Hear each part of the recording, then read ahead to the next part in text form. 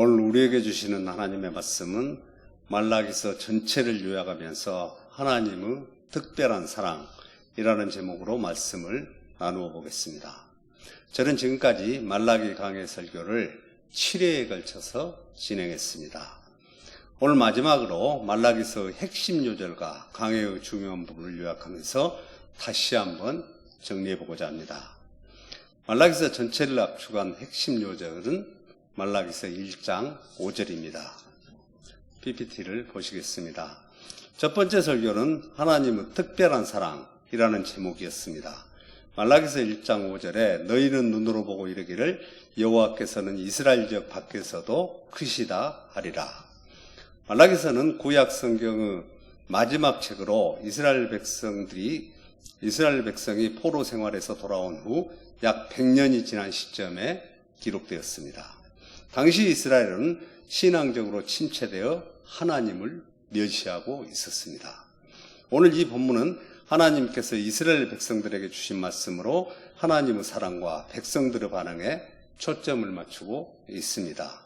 말라기서를 통해 하나님의 무조건적인 사랑과 인간의 불신앙을 경험으로 체험하게 합니다. PPT를 보시겠습니다. 하나님의 사랑은 주권적, 섭리적 선택입니다. 말라기서 1장 2절에 여호와께서 이르시되 내가 너희를 사랑하였노라 하나 너희는 이르기를 주께서 어떻게 우리를 사랑하셨나이까 하는도다. 나 여호와가 말하노라 에서는 야곱의 형이 아니냐. 그러나 내가 야곱을 사랑하였고. 북이스라엘 10지파 가운데 남유다는 2지파였지만 하나님의 선택은 남유다였습니다. 그러나 하나님의 사랑은 북이스라엘도 남유다도 야곱과에서도 사랑하십니다. 이스라엘 백성들은 하나님이 우리를 사랑하신다면 그 증표가 무엇이냐는 것입니다. 진실로 우리를 사랑했다면 우리가 원하는 만큼 축복을 주어야 할 것이 아니냐는 것입니다. 이스라엘 백성들은 바벨론 포로로 잡혀가 종생활을 하면서 바벨론의 엄청난 부여와 문화적인 요소를 직접 경험하고 이스라엘에 돌아와 보니 황폐한 성읍과 가난한 현실은 너무도 대조적이었습니다. 바로 이것이 이스라엘의 위기가 된 것입니다. 감사를 모르는 사람들은 항상 불평과 불만으로 가득하고 모든 것을 부정적으로 생각하고 편견적이며 왜곡된 말들이 그 입술에서 서슴없이 튀어나옵니다. PPT를 보시겠습니다. 하나님의 사랑에 대한 응답은 파격적입니다. 그러면 하나님이 우리를 사랑하시는 파격의 방법은 무엇입니까? 수많은 어려움을 겪었지만 지금까지 살아남아 여전히 나의 보호 아래 있지 않느냐 하는 것입니다. 이것이 오래 참고 기다리면 반드시 복을 주시는 하나님이 우리를 사랑하시는 파격적인 축복인 것입니다. 여기에서 이스라엘 백성들은 하나님께 다시 반문합니다. 하나님이 우리를 사랑하시는데 왜 고난을 주시며 가난해야 하는가? 꼭 그 사랑하는 방법이 이것뿐입니까? 라고 반문을 하는 것입니다. 그러면서 하나님이 우리를 사랑하시는 방법은 무엇입니까? PPT를 보시겠습니다. 히브리서 12장 6절에서부터 8절에 주께서 그 사랑하는 자를 징계하시고 그가 받아들이시는 아들마다 채찍질 하심이라 하였으니 너희가 천국은 징계를 받기 위함이라. 하나님이 아들과 같이 너희를 세우시나니 어찌 아버지가 징계하지 않는 아들이 있으리요. 징계는 다 받는 것이거늘 너희에게 없으면 사생자요 친아들이 아니니라. 하나님께서는 사랑하는 자를 징계하십니다. 그래야 바로 서고 바르게 성장하기 때문입니다. 자식이 잘못되어도 내버려 둔다면 참사랑이라 말할 수 없습니다. 훈계하고 채찍을 들어서라도 바르게 성장하도록 만드는 것이 진정한 사랑이기 때문입니다. PPT를 보시겠습니다. 하나님의 사랑은 우리의 생각을 초월하십니다. 우리의 삶 가운데 고난을 만났을 때 왜 불안해하십니까? 그 원인은 이스라엘 백성들처럼 하나님의 사랑에 대한 확신이 없기 때문입니다. 하나님의 사랑만이 우리를 초월하십니다. 계속해서 보시겠습니다. 로마서 8장 39절에 그러나 이 모든 일에 우리를 사랑하시는 이로 말미암아 우리가 넉넉히 이기느니라. 이제 첫 번째 설교에 대한 말씀을 갈무리해 보겠습니다. 하나님의 사랑은 주권적, 섭리적 선택입니다. 하나님의 사랑에 대한 응답은 파격적이십니다. 하나님의 사랑은 우리의 생각을 초월하십니다. 하나님의 변함없는 사랑과 주권적 선택, 그리고 심판과 영광에 대한 가르침은 이스라엘적뿐만 아니라 온 세상을 다스리십니다. 글로벌 시대를 살아가는 이 세상의 모든 민족들이 하나님의 사랑을 기억하고 그 사랑에 응답하는 감사하는 삶을 살아가야 합니다. PPT를 보시겠습니다. 두 번째 설교는 신령과 진정으로 드리는 예배, 신령과 진정으로 드리는 예배라는 제목이었습니다. 말라기서 1장 8절에 만군의 여호와가 이르노라 너희가 눈먼 희생제물을 바치는 것이 어찌 악하지 아니하며 저는 것 병든 것을 드리는 것이 어찌 악하지 아니하냐. 이제 그것을 너희 총독에게 드려보라. 그가 너를 기뻐하겠으며 너를 받아주겠느냐. 계속해서 보시겠습니다. 진실한 성도는 공경함으로 예배합니다. 이스라엘 백성들의 타락상은 하나님의 이름을 멸시했다는 사실에서 확실하게 드러납니다. 진정성이 결여된 이스라엘 백성들을 향한 분명한 하나님의 메시지가 있습니다. 그들의 종자를 견책하시겠다는 것입니다. 종자는 사람을 의미하며 견책은 잘못된 행동이나 실수를 말합니다. 따라서 그들의 자녀들을 저주하시겠다는 말씀입니다. 자녀들이 빗나가고 잘못되어져서 몹쓸 아이들이 된다는 말씀입니다. PPT를 보시겠습니다. 진실한 성도는 떨림과 두려움으로 예배합니다. 진심을 담아 예배하라. 경외심을 가지라. 삶으로 예배하라. 예배를 위해 기도하는 마음으로 준비하라. 예배 중에 하나님께 대한 깊은 존경심과 사랑을 내포하고 일상생활 속에서 하나님을 공경하는 삶을 사는 것이 진정한 예배자의 삶입니다. PPT를 보시겠습니다. 잠언 3장 9절에서부터 10절에 내 재물과 내 소산물로 처음 익은 열매로 여호와를 공경하라. 그리하면 내 창고가 가득히 차고 내 포도즙 틀에 새 포도즙이 넘치리라. 성도들이 하나님께 재물을 드릴 때도 마찬가지입니다. 계속해서 보시겠습니다. 진실한 성도는 온전한 제물로 예배합니다. 말라기 시대 이스라엘 백성들이 드린 제물은 어떤 것이었습니까? 눈먼 것, 저는 것, 병든 것입니다. 제사는 희생입니다. 예배를 드릴 때 예배가 마음에 와닿지 않으면 희생이 없는 제물을 드린 것입니다. 말 그대로 희생은 손해를 감내하는 것입니다. 반드시 아픔이 있어야 하고 불편함을 감당하는 것입니다. 내가 가장 귀하게 여기는 것을 포기함으로 하나님께 헌신하는 공경함을 보여드리는 것입니다. 우리가 예배를 드리는 것 자체에 희생이 포함되어 있습니다. 희생이 없다면 그것은 예배가 아닙니다. 이제 두 번째 설교에 대한 말씀을 정리해 보겠습니다. 우리가 하나님 앞에 어떤 모습으로 제사를 드려야 할까요? 어떻게 예배를 드려야 하나님을 향한 최대의 임재를 경험할 수 있을까요? PPT를 보시겠습니다. 진실한 성도는 공경함으로 예배합니다. 떨림과 두려움으로 예배합니다. 진실한 성도는 온전한 제물로 예배합니다. 이제 우리는 단번에 이루신 예수 그리스도의 영원한 속죄의 완성을 위해 신령과 진정한 마음으로 예배를 드려야 합니다. 계속해서 PPT를 보시겠습니다. 세 번째 설교는 예배의 회복은 가정과 삶의 회복. 예배의 회복은 가정과 삶의 회복이었습니다. 말라기서 2장 10절에 우리는 한 아버지를 가지지 아니하였느냐 하나님께서 지으신 바가 아니냐 어찌하여 우리 각 사람이 자기 형제에게 거짓을 행하여 우리 조상들의 언약을 욕되게 하느냐. 왜 유다와 이스라엘은 타락을 할까요? 이방신의 딸과 결혼을 했기 때문입니다. 그 의미는 무엇입니까? 하나님을 떠나 하나님과의 영적 결혼을 배교하는 행위입니다. 또 하나는 육체적인 결혼인데 이방인과의 결혼이 아니라 이방신을 믿고 우상 숭배하는 딸들을 아내로 맞이했기 때문입니다. 그렇다면 진정한 결혼의 목적은 무엇입니까? 경건한 예배가 회복되고 경건한 자손을 얻고자 함입니다. 죄를 제거하고 가정과 교회를 세우는 것이 목적입니다. 하나님이 세우신 신적 기관은 가정과 교회입니다. 하나님이 원하시는 것은 삶의 원리를 회복하고 예수 그리스도를 중심으로 가정과 교회가 말씀과 기도로 사랑과 섬김을 실천하는 것이 중요합니다. PPT를 계속해서 보시겠습니다. 왜 중요합니까? 배를 가르고 뼈를 꺼내는 수술입니다. 여자와 어머니가 다르듯이 남자와 남편은 다른 것입니다. 왜 중요합니까? 남편이 되려는 사람은 기존의 생활 방식이나 사고 방식, 부모님과 관계를 잘라내는 대수술을 해야 합니다. 아내는 자신의 분신이며 수술 후 뼈를 꺼내는 것입니다. 이방 결혼을 금지한 것은 혈통 때문이 아니라 믿음이 다르기 때문입니다.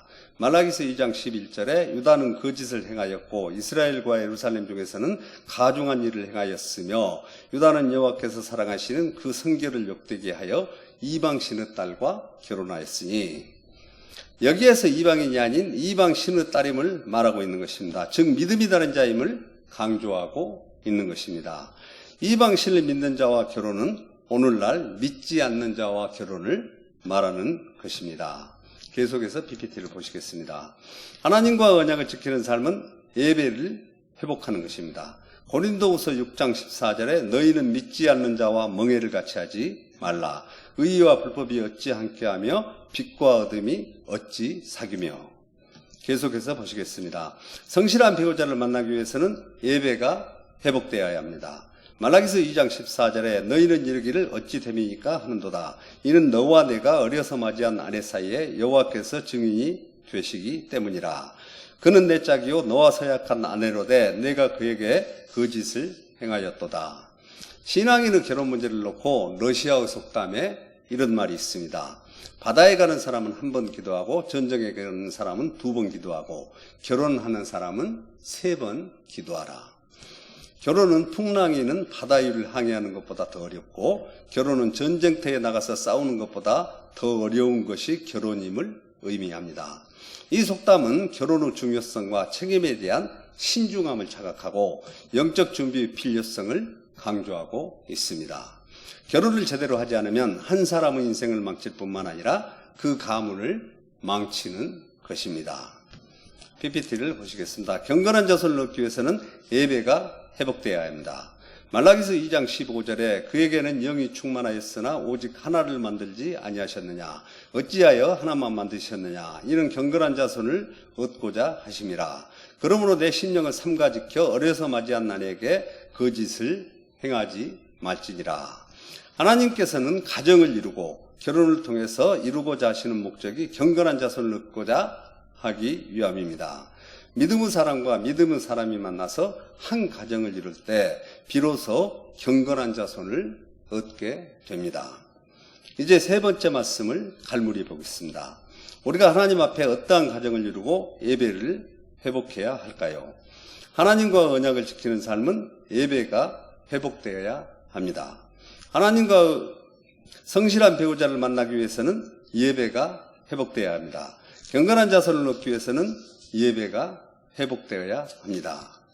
계속해서 PPT를 보시겠습니다. 4번째 설교는 새 언약, 새 시대, 새 사람이라는 설교였습니다. 말라기서 3장 3절에 그가 은을 연단하여 깨끗하게 하는 자 같이 앉아서 레위 자손을 깨끗하게 하되 금은같이 그들을 연단하리니 그들이 공의로운 제물을 나 여호와께 바칠 것이라. 사랑하는 성도 여러분, 남을 살려야 내가 산다는 것은 성경의 말씀대로 절대 진리입니다.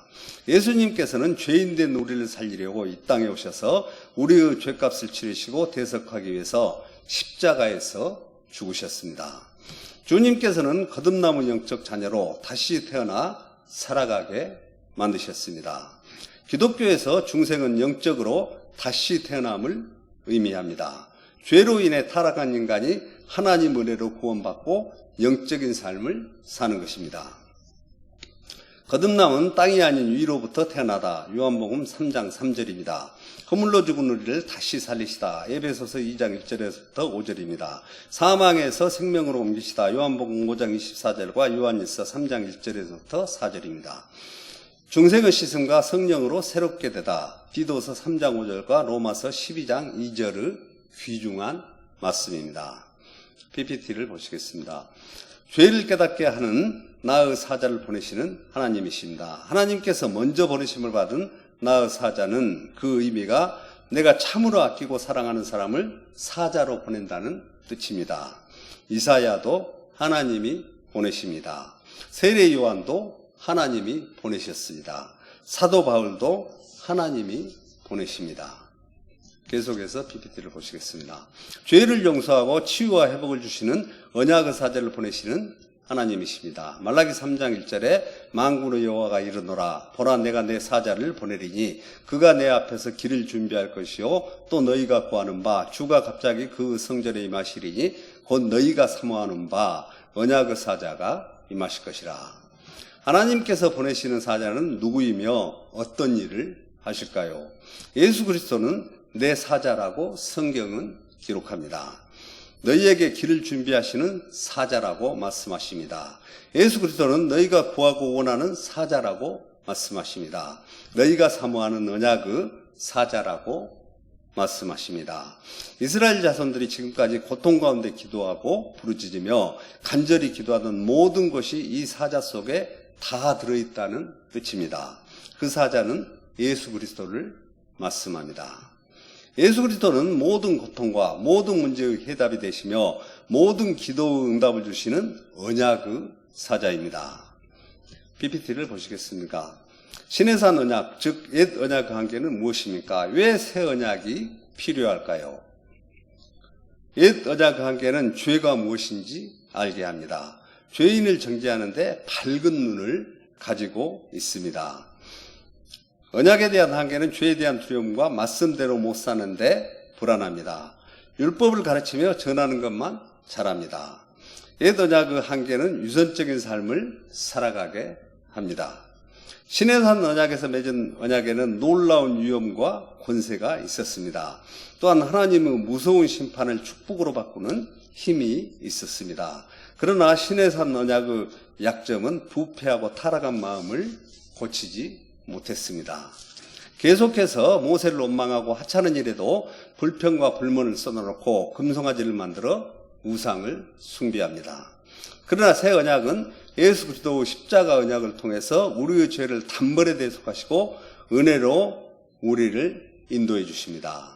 PPT를 보시겠습니다. 새 언약을 믿고 순종하면 새 시대가 열리게 하는 하나님이십니다. 삶의 변화는 새로운 삶의 새 시대를 열어줍니다. 계속 보시겠습니다. 말라기 3장 3절에 그가 은을 연단하여 깨끗하게 하는 자같이 앉아서 레위 자손을 깨끗하게 하되 금문같이 그들을 연단하리니 그들이 공의로운 재물을 나 여호와께 바칠 것이라. 십자가의 사랑과 은혜를 받으면 작은 욕망부터 버리기 시작합니다. 하나님의 세탁기 안에 들어가서 실컷 두들겨 맞고 정결하게 됩니다. 그리고 예배에 집중력이 생기고 감격과 감동이 나타나고 하나님의 영광이 드러나는 기쁨으로 승화됩니다. 결국 진정한 예배의 회복이 나타나기 시작합니다. 네 번째 설교를 정리해 보겠습니다. 죄를 깨닫게 하는 나의 사자를 보내시는 하나님이십니다. 죄를 용서하고 치유와 회복을 주시는 언약의 사자를 보내십니다. 새 언약을 믿으면 새 시대가 열리게 하시는 하나님이십니다. PPT를 보시겠습니다. 다섯 번째 설교는 너희를 복되다 하리라, 너희를 복되다 하리라의 설교였습니다. 말라기서 3장 10절에 만군의 여호와가 이르노라 너희의 온전한 11조를 창고에 들여 나의 집에 양식이 있게 하고 그것으로 나를 시험하여 내가 하늘문을 열고 너희에게 복을 쌓을 곳이 없도록 붙지 아니하나 보라. 참신앙이란 무엇이며 그 참신앙을 방해하고 좀먹는 것은 무엇입니까? 예수님께서 직접 설교하신 산상수훈에서 세 가지 참신앙을 어렵게 만들고 성숙하지 못하게 만드는 것이 있다고 말씀하셨습니다. 계속 보시겠습니다. 돈을 너무 귀하게 여기는 것입니다. 의식주 문제로 내일의 문제로 염려, 금신, 걱정하는 것이 하나님을 의지하는 참신앙의 방해가 된다고 말씀하십니다. 비판하는 말이 참신앙을 방해하는 무서운 독소가 됩니다. 계속 PPT를 보시겠습니다. 하나님의 규례를 지키는 것은 대원칙을 지키는 기초입니다. 말라기서 3장 7절에 만군의 여호와가 이르노라 너희 조상들의 날로부터 너희가 나의 규례를 떠나 지키지 아니하였도다. 그런즉 내게로 돌아오라. 그리하면 나도 너희에게로 돌아가리라 하였더니 너희가 이르기를 우리가 어떻게 하여야 돌아가리까 하는도다.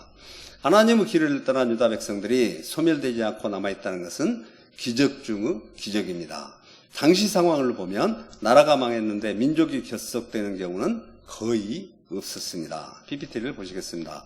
하나님의 규례를 지키는 것은 순종과 11조에 있습니다. 말라기서 3장 8절에 사람이 어찌 하나님의 것을 도둑질하겠느냐. 그러나 너희는 나의 것을 도둑질하고도 말하기를 우리가 어떻게 나의 것을 주 것을 도둑질하였나이까 하는도다. 이는 곧 11조와 봉헌물이라. 계속 보시겠습니다. 11조는 구약 성경에서 유래된 개념으로 신앙생활에서 꼭 필요로 하는 중요한 부분을 강조합니다. 11조는 하나님을 섬기는 신앙적 헌신의 표현으로 물질적인 것에 대한 하나님의 주권을 인정하고 하나님께서 우리에게 베풀어 주신 모든 것에 대한 감사하는 마음을 표현하는 방법입니다. 11조는 성전에서 사역하는 제사장과 레위인들, 성전 보수 관리, 작고 소외되고 연약한 자들의 구제에 사용되었습니다. 오늘 또 11조를 통해 교회는 예배, 선교, 구제, 교육 등 다양한 사역을 수행합니다. PPT를 보시겠습니다. 성격은 헌금 문제가 우리의 신앙생활에서 가장 기초적인 영적 문제라고 말씀하고 있습니다. 예수님께서도 돈에 관한 말씀을 언급하십니다. 돈의 배후에는 영적인 세력이 존재한다는 것을 강조하셨습니다. 계속해서 PPT를 보시겠습니다. 성도들에게 하늘문을 여는 3대 열쇠가 있습니다. 믿음으로 하늘문을 여는 것입니다. 천국문, 구원문입니다. 기도로 하늘문을 여는 것입니다. 응답의 문, 성령의 선물입니다. 11조 헌금으로 하늘문을 여는 것입니다. 축복, 물질의 복입니다. 계속해서 PPT를 보시겠습니다. 하나님의 규례를 지키기 위해서는 백성들의 죄를 짊어지고 기도해 줄 제사장들이 있어야 합니다. 계속 보시겠습니다. 말라기서 3장 11절에 만군의 여호와가 이르노라 내가 너희를 위하여 메뚜기를 금하여 너희 토지소산을 먹어 없애지 못하게 하며 너희 밭의 포도나무 열매가 기한 전에 떨어지지 않게 하리니 하나님께서 보호해 주시겠다는 것입니다. 하나님과 인간 사이의 죄악을 가지고 단을 쌓아야 할 제사장은 하나님 앞에 피의 제사를 드리고 백성들이 망하지 않고 복의 근원이 될 수 있도록 반드시 중보기도가 필요했습니다. 그러나 유다 백성들은 11조를 드리지 않아서 제사장들이 생활을 할 수 없게 되자 떠나가는 세상을 만들었습니다. 성경이 강조하는 진리는 제사장은 유다 백성들의 마지막 생명줄 같은 역할을 하는 중보자였습니다. 이러한 제사장들도 가난과 멸시를 견디지 못하고 떠나갔습니다. 중보기도하는 제사장들이 없을 때 삶은 황폐해져 갔고 마음도 피폐해진 것입니다. 하나님 은혜가 끊어진 것입니다. 하나님 은혜 전체를 떼먹고 대원칙을 어겼던 것입니다. 너희는 하나님의 특별한 사랑을 받을 자라는 원칙, 너희는 하나님의 은혜와 공급하심으로 11조를 드려야 하는 원칙, 너희는 죄를 짊어지고 기도해야 할 제사장이 필요한 자라는 원칙, 이스라엘 민족을 존재케 하는 가장 기본적인 신앙 고백입니다. 11조를 하면서도 가난하다면 그것이야말로 자랑이요 진정한 축복입니다. 5번째 설교 말씀을 정리해 보겠습니다. 하나님의 규례를 지키는 것은 대원칙을 지키는 기초입니다. 하나님의 규례를 지키는 것은 순종과 11조에 있습니다. 하나님의 규례를 지키기 위해서는 백성들의 죄를 짊어지고 기도해 줄 제사장들이 있어야 합니다. 하나님께서는 말씀과 명령에 순종하는 자들에게 풍성한 복을 주십니다. 말라기서 3장 12절에 너희 땅이 아름다워짐으로 모든 이방인들이 너희를 복되다 하리라. 만군의 여호와의 말이니라. PPT를 보시겠습니다. 6번째 설교는 여호와의 기념책에 기록하셨느니라. 여호와의 기념책에 기록하셨느니라. 라는 하나님의 말씀에 대한 설교였습니다. 말라기서 3장 16절에 그때 여호와를 경외하는 자들이 피차에 말하며 여호와께서 그것을 분명히 들으시고 여호와를 경외하는 자와 그 이름으로 존중히 여기는 자를 위하여 여호와 앞에 있는 기념책에 기록하셨느니라. 하나님께서는 오늘도 살아계시고 우리와 함께 하십니다. 하나님을 섬기면서 신앙생활을 할 때 온전한 신앙은 다음과 같은 것을 확신해야 합니다. 인간의 모든 삶은 하나님이 주관하시고 섭리하신다는 사실입니다. 이것을 잘 알아야 합니다. 집에는 주인이 있고 회사에는 사장이 있고 움직이는 자동차에는 기사가 있고 국가에는 통치자가 있듯이 우주 만물의 통치자는 하나님이십니다. PPT를 보시겠습니다. 하나님은 모든 나라의 흥망성쇠를 주관하십니다. 하나님께서는 우리의 행동을 달아보십니다. 하나님은 우리의 생명과 삶의 성공과 실패를 주관하십니다. 계속 보시겠습니다. 하나님을 섬기는 것이 헛되다고 말할 때 왜 세속주의에 빠질까요? 말라기서 3장 14절에 이는 너희가 말하기를 하나님을 섬기는 것이 헛되니 만군의 여호와 앞에서 그 명령을 지키며 슬프게 행하는 것이 무엇이 유익하리요? 세상과 적당히 타협하고 얻은 물질은 모래성을 쌓는 것과 같습니다. 모래성을 아무리 견고하게 썼다고 할지라도 그것은 작은 비바람에도 견디지 못하고 무너질 때 밀려오는 절망과 좌절감일 뿐입니다. 그 원인은 하나님을 알지 못하고 오직 물질에만 삶을 두었기 때문입니다. PPT를 보시겠습니다. 자신의 편의주의와 세속주의로 인해 잃어버리는 것이 무엇입니까? 말라기서 3장 15절에 지금 우리는 교만한 자가 복되다 하며 악을 행하는 자가 번성하며 하나님을 시험하는 자가 화를 면한다 하노라 함이라. 하나님의 계획은 심는 대로 거두신다는 원리입니다. 이 원리를 알지 못한 유다 백성들은 보상과 축복을 놓치고 말았습니다. 불확실한 현실주의 속에서 언제 무슨 일이 일어날 줄 모릅니다. 삶의 확실한 보장이 없기에 그들은 허무주의로 빠져들었습니다. 가장 확실한 보장과 현명한 자는 지금 눈물로 씨를 뿌리는 자입니다. 시편 126편 5절에 눈물을 흘리며 씨를 뿌리는 자는 기쁨으로 거두리로다. PPT를 계속 보시겠습니다. 하나님이 원하시고 전하고자 하시는 메시지는 무엇입니까? 말라기서 3장 16절에 그때 여호와를 경외하는 자들이 피차에 말하며 여호와께서 그것을 분명히 들으시고 여호와를 경외하는 자와 그 이름으로 존중히 여기는 자를 위하여 여호와 앞에 있는 기념책에 기록하셨느니라. PPT를 계속 보시겠습니다. 말에는 창조 능력이 있습니다. 삶을 지칭하는 영향력이 있습니다. 말에는 엄청난 권세가 있습니다. 창조력, 각인력, 흡인력, 생명력입니다. 계속 보시겠습니다. 하나님은 왜 기록해 놓고 보실까요?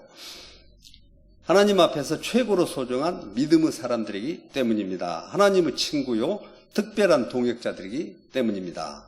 하나님께서 아끼시는 사랑하는 자녀들이기 때문입니다. 말씀에는 예언적 능력이 있습니다. 말씀 속에는 생명의 씨앗이 있습니다. 말라기서 3장 18절에 그때 너희가 돌아와서 의인과 악인을 분별하고 하나님을 섬기는 자와 섬기지 아니하는 자를 분별하리라. 이 분별은 예적인 행위나 성과에 기반한 것이 아니라 하나님을 진실하게 섬기는 자들에게 영원한 상급이 주어질 것입니다. 반면에 하나님을 거짓으로 믿는 자들에게는 그에 따른 심판이 있을 것입니다. 6번째 설교 말씀을 정리해 보겠습니다. 하나님을 섬기는 것이 헛되다고 말할 때 왜 세속주의에 빠질까요? 자신의 편의주의와 세속주의로 인해 잃어버린 것이 무엇입니까? 하나님이 원하시고 전하고자 하시는 메시지는 무엇입니까? 하나님께서는 그 백성들을 특별한 소유로 삼겠다고 약속하셨습니다. 주님은 언제나 우리와 함께 하십니다. 사랑으로 베풀어 주십니다. 우리의 믿음과 헌신은 여호와의 기념책에 영원히 기록됩니다. 하나님께서는 자신의 백성들을 결코 잊지 않으시며 그들의 삶과 믿음을 소중히 여기십니다. 하나님을 믿고 의지하면 특별한 소유로 VIP가 되고 하나님의 자녀가 됩니다. 계속 PPT를 보시겠습니다. 7번째 마지막 설교는 치료와 회복 광선을 비추시는 주님, 치료와 회복 광선을 비추시는 주님이라는 제목의 하나님의 말씀이었습니다. 말라기서 4장 2절에 내 이름을 경외하는 너희에게는 공의로운 해가 떠올라서 치료하는 광선을 비추리니 너희가 나가서 외양간에서 나온 송아지같이 뛰리라. 계속 보시겠습니다. 우리를 사랑하신 하나님께서 주신 은총의 선물은 5가지입니다. 하나님께서 주신 최초의 선물은 모세를 통해 주신 율법입니다. 2번째 선물은 선지자를 보내준 것입니다. 하나님께서 주신 3번째 선물은 제사장을 세워주신 것입니다. 계속 보시겠습니다. 하나님과 인간의 관계, 나 자신과 인간의 관계 속에 중보자가 필요했습니다. 율법, 선지자, 제사장은 하나님이 보내주신 최고의 선물이었습니다. 네 번째 선물은 메시아 예수 그리스도를 하나님이 인류에게 주신 최상, 최대의 완벽한 은총의 선물입니다. 하나님께서는 믿는 자들에게 영원한 생명을 약속하셨습니다. 인류의 구원을 위해서 예수님을 최종적인 선물로 주셨기 때문입니다. 예수 그리스도는 율법의 완성자, 사랑으로 오셨습니다. 말씀이 육신이 되어 선지자로 오셨습니다. 자신의 몸으로 제사를 드린 대제사장으로 오셨습니다. 예수 그리스도는 세상을 통치하시는 왕으로 오셨습니다. PPT를 계속 보십니다. 예수 그리스도는 성령과 교회로 이 땅에 오신 다섯 번째 선물입니다. 오순절 사건 사도행전 2장을 통해 성령께서 제자들과 신자들에게 임하셨습니다.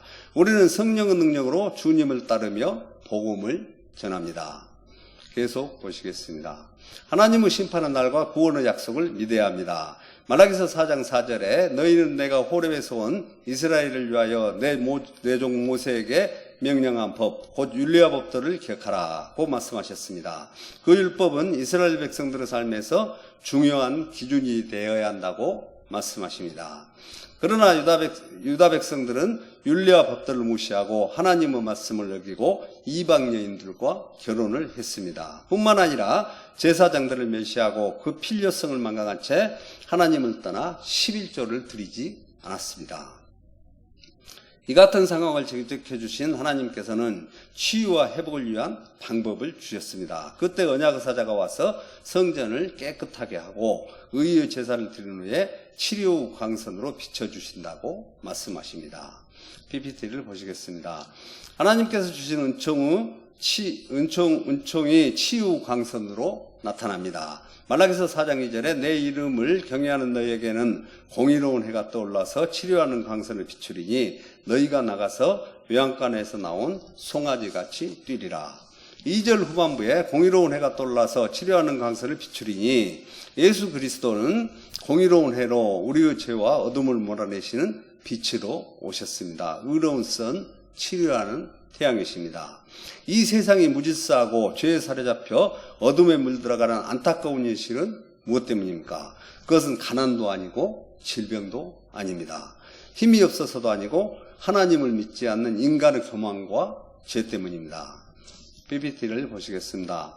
예수 그리스도는 온전하신 치유와 회복을 위해 오셨습니다. 이사야 53장 5절에 그가 찔림은 우리의 허물 때문이요 그가 상함은 우리의 죄악 때문이라. 그가 징계를 받음으로 우리는 평화를 누리고 그가 채찍을 맞음으로 우리는 나음을 받았도다. 계속 보시겠습니다. 말라기서 4장 3절에 또 너희가 악인을 벌볼 것이 그들이 내가 정한 날에 너희 발바닥 밑에 재와 같으리라. 만군의 여호와의 말이니라. PPT를 내려주셔야 되겠습니다. 예수 그리스도는 치유와 회복을 위해 마음이 병든 자를 찾으십니다. 마음이 병든 자는 두려움과 염려, 낙심과 좌절하며 시기와 질투와 완고함과 교만한 자들입니다. 절망의 농간에 노란한 자입니다. 예수 그리스도는 치유와 회복을 위해 치료하는 광선으로 오셨습니다. 너희가 악인을 밟을 것이라는 말은 단순히 폭력적 의미가 아니라 하나님께서 의인들에게 주실 완전한 사랑의 승리를 의미합니다. 최후 심판의 날에 의인과 악인의 운명이 분명히 갈리게 될 것입니다. 하나님의 심판을 받아 돌아오게 하는 예수 그리스도를 믿으시기 바랍니다. 일곱 번째 마지막 설교 말씀을 정리해 보겠습니다. 하나님의 심판의 날과 구원의 약속을 믿어야 합니다. 하나님께서 주신 은총이 치유 광선으로 나타납니다. 예수 그리스도는 온전하신 치유와 회복을 위해 오셨습니다. 하나님의 심판을 피할 수 있는 유일한 길은 주님께로 돌아가는 것입니다. 엘리야의 사역처럼 하나님의 권능과 신실하심으로 마음을 돌이키고 회개하는 삶을 살아야 합니다. 주님께서 보호하여 주실 것입니다. 하나님의 의로운 해가 예수 그리스도를 통해 치료하는 광선으로 비춰 주실 것입니다. 주님의 영광스러운 은총에 동참하십시오. 하나님께 더 가까이 나가는 순종하는 삶을 살아가시기를 축원합니다.